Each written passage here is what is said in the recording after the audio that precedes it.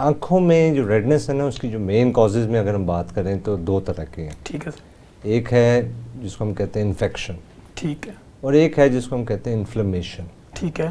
Infection से मुराद ये है कि कोई ना कोई जरसूमा या जरासीम उसकी वजह से जो आँख में लाली आएगी और उसकी वजह से जो डिस्चार्ज आएगा उसको हम इन्फेक्शन कहते हैं। ठीक है। जिसमें बैक्टीरिया भी हो सकता है, फंगस भी हो सकता है, वायरस भी हो सकता है।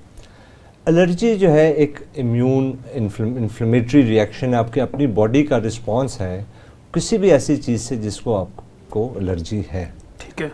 ये जो सीज़न है, ख़ास तौर से जो बाहर का जब सीज़न शुरू होता है और उसके बाद से आगे गर्मियाँ शुरू होती हैं, ये सीज़न है कि जिसमें एक बड़ी कॉमन बीमारी जो बच्चों में अमूमन पाई जाती है, 5 साल से बड़ी उम्र से लेकर 15 साल के दरमियान की उम्र के जो बच्चे हैं उनमें, जी सर। उसको हम कहते हैं एलर्जिक कंजक्टिवाइटिस, जिसको मेडिकल टर्म में हम वर्नल केरेटोकंजक्टिवाइटिस या स्प्रिंग कैटार कहते हैं। ठीक है।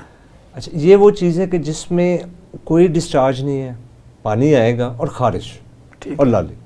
बच्चा ख़ारिश कर करके उसने अपनी आँख को मतलब बुरा हाल किया होगा, आँख उसकी खुलती नहीं है ख़ारिश की वजह से और रेडनेस की वजह से, और तकलीफ़ में बस ये है कि इचिंग बहुत ज़्यादा है। ठीक है। ये वो इन्फ्लेमेटरी जो प्रोसेस होता है उसकी वजह से क्या होता है कि हमारी लिड्स और हमारी आँख के मुख्तलिफ औज़ों में, मतलब जो औज़ा हैं उनके अंदर जो है वो स्वेलिंग हो जाती है और जिसको हम कहते हैं पेपिले।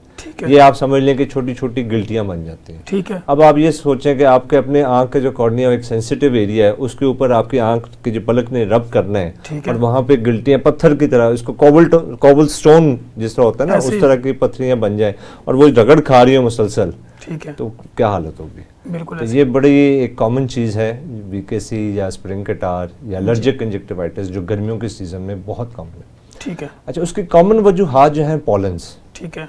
कि जब बाहर में नए पौधे निकलते हैं और हवा में पॉलन्स जो है स्प्रेड होते हैं। ठीक है। ठीक है, उसकी वजह से फिर यही पॉलन्स अपना जो आँखों में जब उनके असर करते हैं तो उस प्रॉब्लम शुरू हो जाती है। स्टार्टिंग पीरियड अमूमन ये 5-6 साल है, लड़के ज़्यादा अफेक्ट होते हैं। ठीक है। लड़कियों की बनस्बत, और 5-6 साल से लेकर 10 से 15 साल तक ये कॉन्टीन्यूस हर गर्मियों में एक साइकिल है जो चलता रहता है। ठीक है।